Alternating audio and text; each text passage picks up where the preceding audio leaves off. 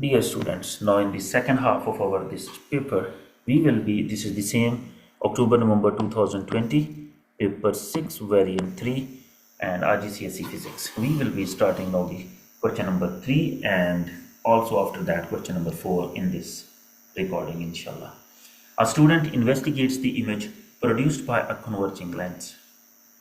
She uses the apparatus shown in figure 3.1. Again and again I am saying that whenever this converging lens or image and lens and object stuff coming in exam, so you must be very much familiar to draw this diagram. Sometimes they will ask you to draw this arrangement for 2 marks, for 3 marks.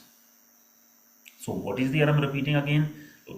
Screen is on the extreme right, supported by a bench to keep it vertical. Illuminated object is on the extreme left. As screen is on extreme right, object will be on extreme left, and then the lens will be somewhere in between the screen and the object, and screen is the place where the image is made. And another thing, CU is the distance taken from the object to the lens, but this distance is taken from the center of the lens. So always you have to show the marked center of the lens, which is shown here with the dotted vertical line passing through the center of the lens.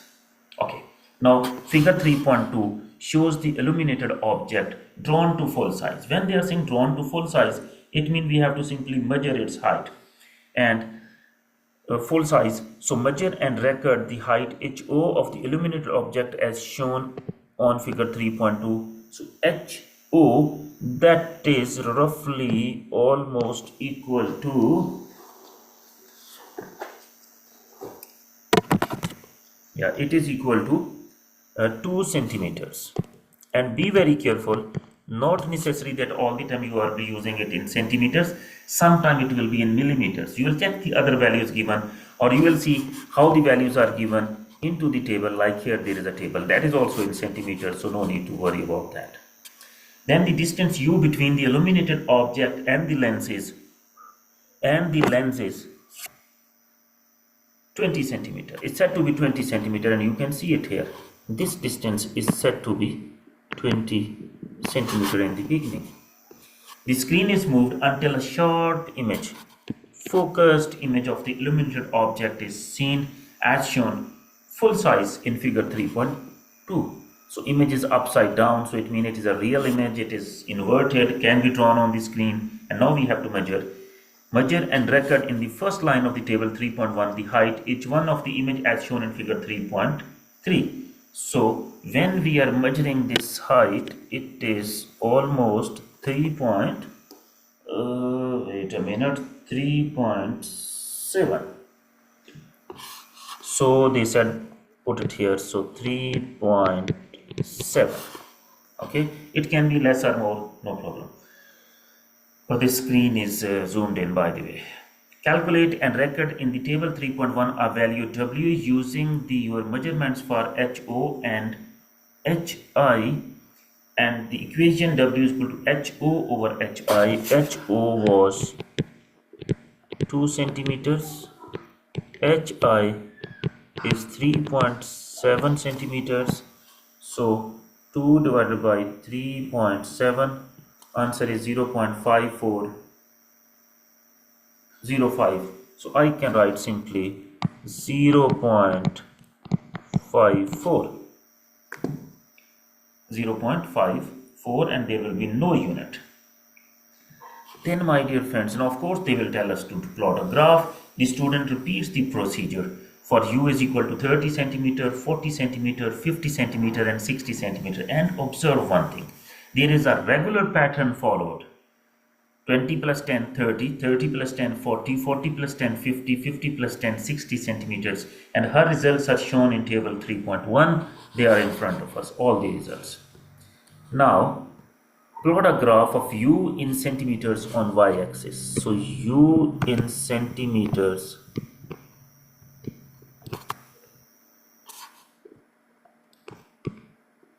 on y-axis, so, and W without a unit on x-axis, and no restrictions from where to start. The axes are no, so values of U are from 20 to 60. Value of u are from 20 to 60. So I'm starting from 0, 10, 20, 30, 40, 50 and 60, 60.0, 50.0, 40.0,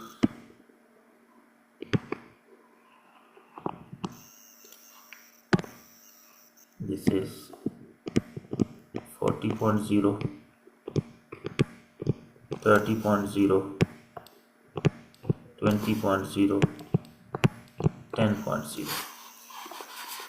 Values of W are from 0.5 to 3.3. So it means if I'm going with 0.5, are there 7 boxes? So 0.5, 1, 1.5, 2, 2.53, no, it will not work. So then what to do?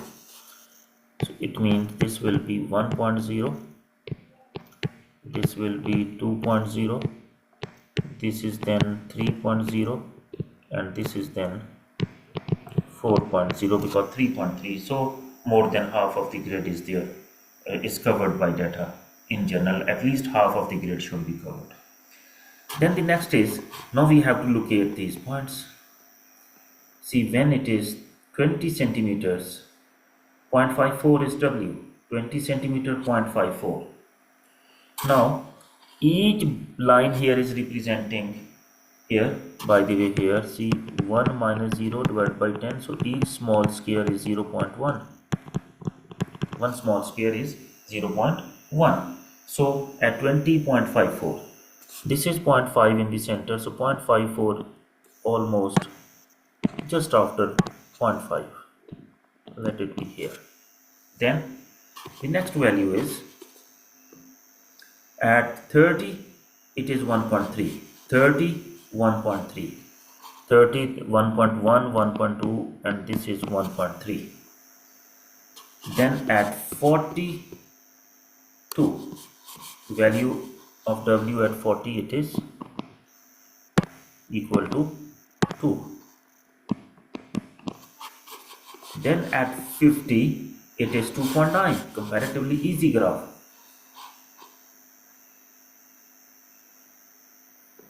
.9.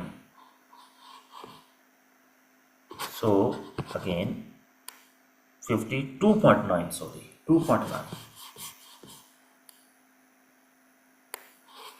2.9 means just one box ahead of 3, and then at 60 it is 3.3.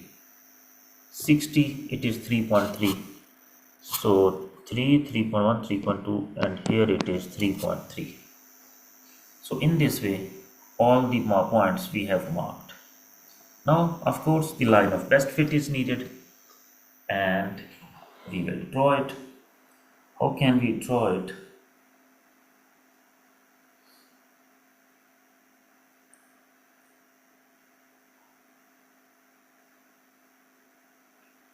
So line of best fit we can go, and my dear friends, how the line of best fit I can draw?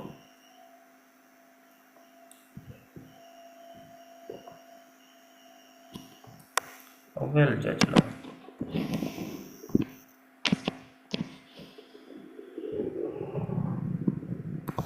Like this.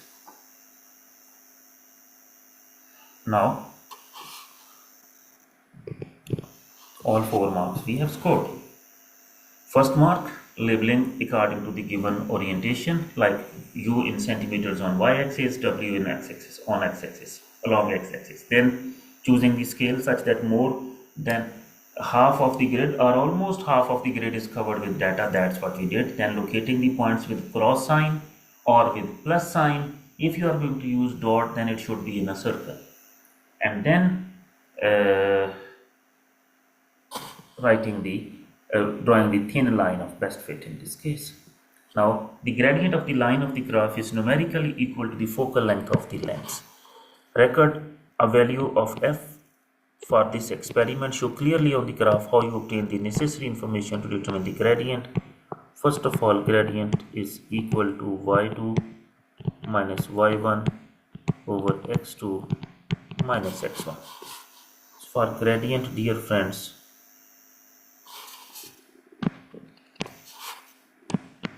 show a triangle, largest possible triangle. If triangle is not shown, you may lose 1 mark. So like this. Now see, this one value is x2, this one is y1 and also x1, and my dear friends, this value is y2. So y2 is, see, 57, and y1 is 10, 11, 12, 13. So 57 minus 13 over x2. x2 is 1, 2, 3. So it is 3.3. x2 is 3.3 minus 0 because x1 is 0. So my dear friends, 57 minus 13, it is equal to 44 divided by 3.3. The answer is 13.333. So 13.3, so that is equal to the focal length, so we can write 13.3 centimeters. 13.3 centimeters. And there will be a range of this answer, and if I'm not wrong, range will be from 12 to 14 or something like this. So any answer will be considered correct. So 13.3, I think this is within the range. A good one answer, by the way.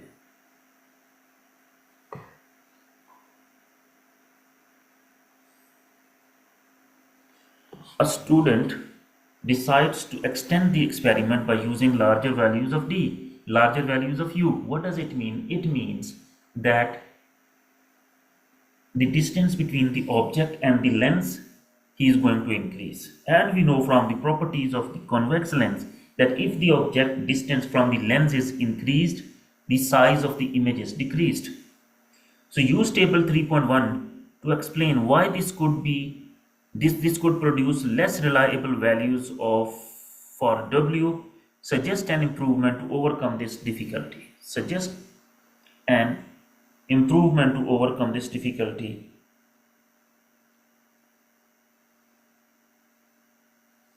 We can observe here one thing. Check. H1 is the height of the object. See, as the distance is increasing, the value of H1 is decreasing.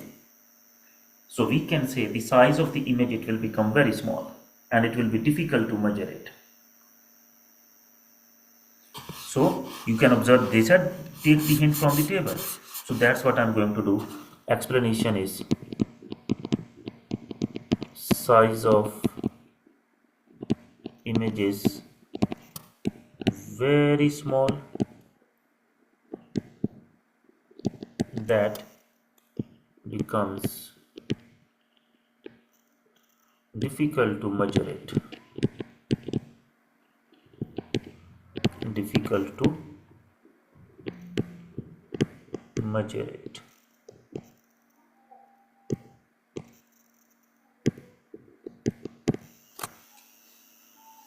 How to improve it? You know, size of the image is becoming very small, so you can use a larger object when the object will be bigger, so its image will get smaller but not that much small. So very simple answer is use the bigger object. That's what, use a larger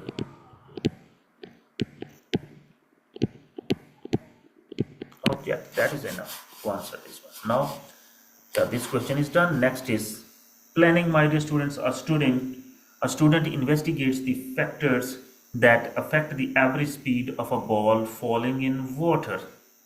Average speed of a ball falling in water. Train an experiment which will enable him to investigate the effect of one factor on speed at which the ball of a modeling clay falls in water. Falls in water. So there can be many things like the diameter of the ball, the mass of the ball. So let's go with the mass of the ball. We can say, so one factor that affects the speed of the ball as it fall into the water, so mass of the ball, and this mass of the ball will be independent variable, and the speed which is affected by this, so speed will be the dependent variable. And very important to decide these things first: dependent variable and this mass which will be changed by the student, so this are the teacher independent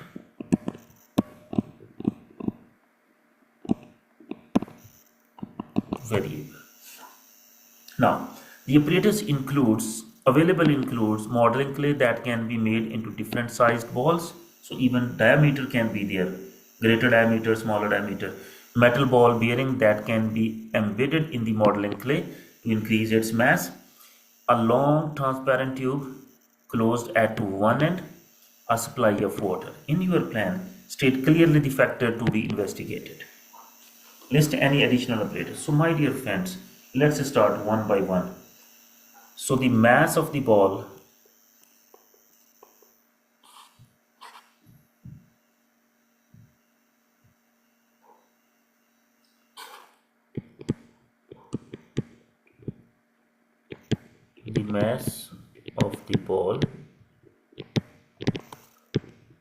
is the factor being investigated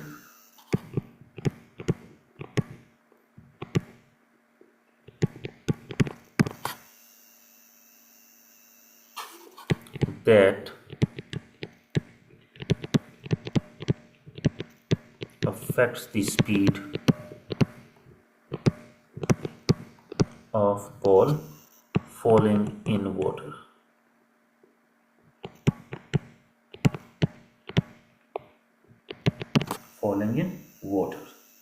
So this is the first point. Then of course we need to measure the speed. So list any additional position needed. We need of course stopwatch to measure the time. So the next point is stopwatch is needed, or stop clock you can say. Stopwatch is needed to measure the time of fall, to measure the time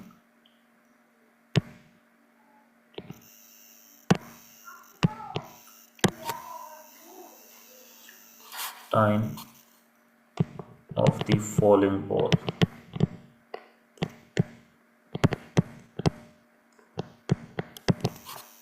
Then my dear friends, next is state key variable that you will keep the same. Key variables: diameter of the ball,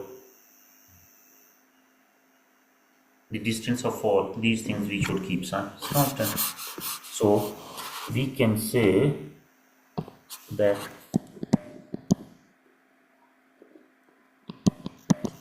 diameter of the ball and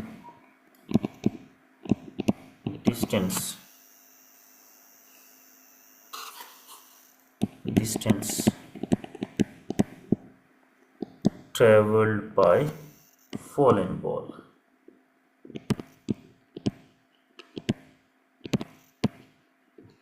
is kept constant. Then what's next? Explain how to carry out the investigation, including the measurements to be made and any precaution that must be taken to ensure reliable results. So explain how to carry out the investigations.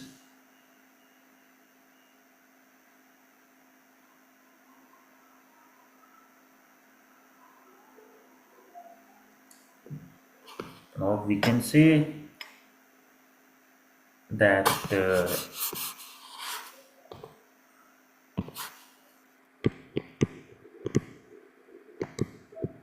measure the mass of the ball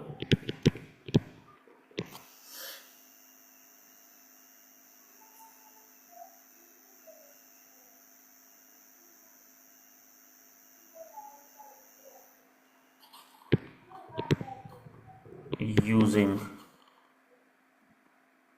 digital balance,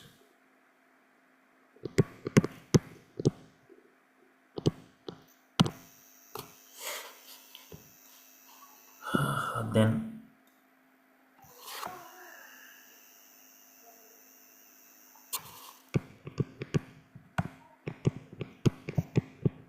time the falling ball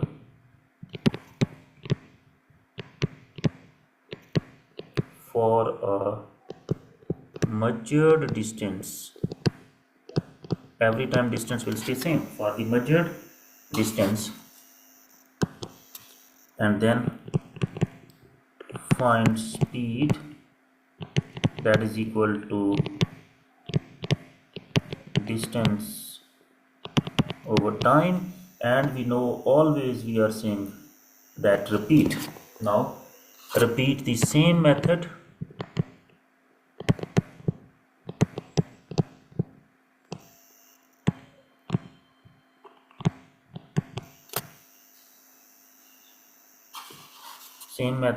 with balls of different masses,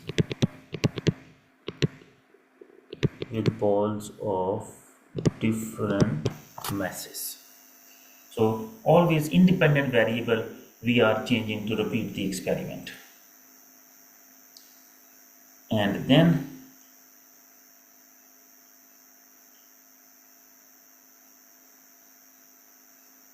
how to reach a conclusion, they did not ask for the table here. So reach a conclusion, plot a graph, because we have both set of data. So now you can say that plot a graph of speed on y-axis against mass on x-axis. So that can be the whole phenomena. And if you want to write one factor more, so that's what commonly I'm always saying, that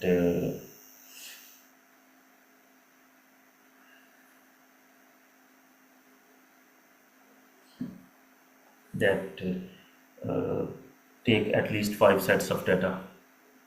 Mean repeat the experiment or take at least 5 sets of data. Take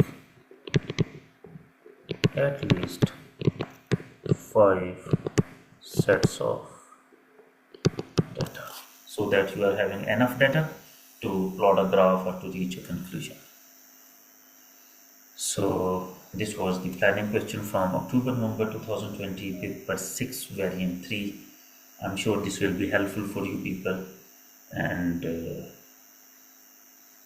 in case of any question or difficulties, please write to me in the comments box, and I will be addressing that point or any other past paper. Thank you and bye.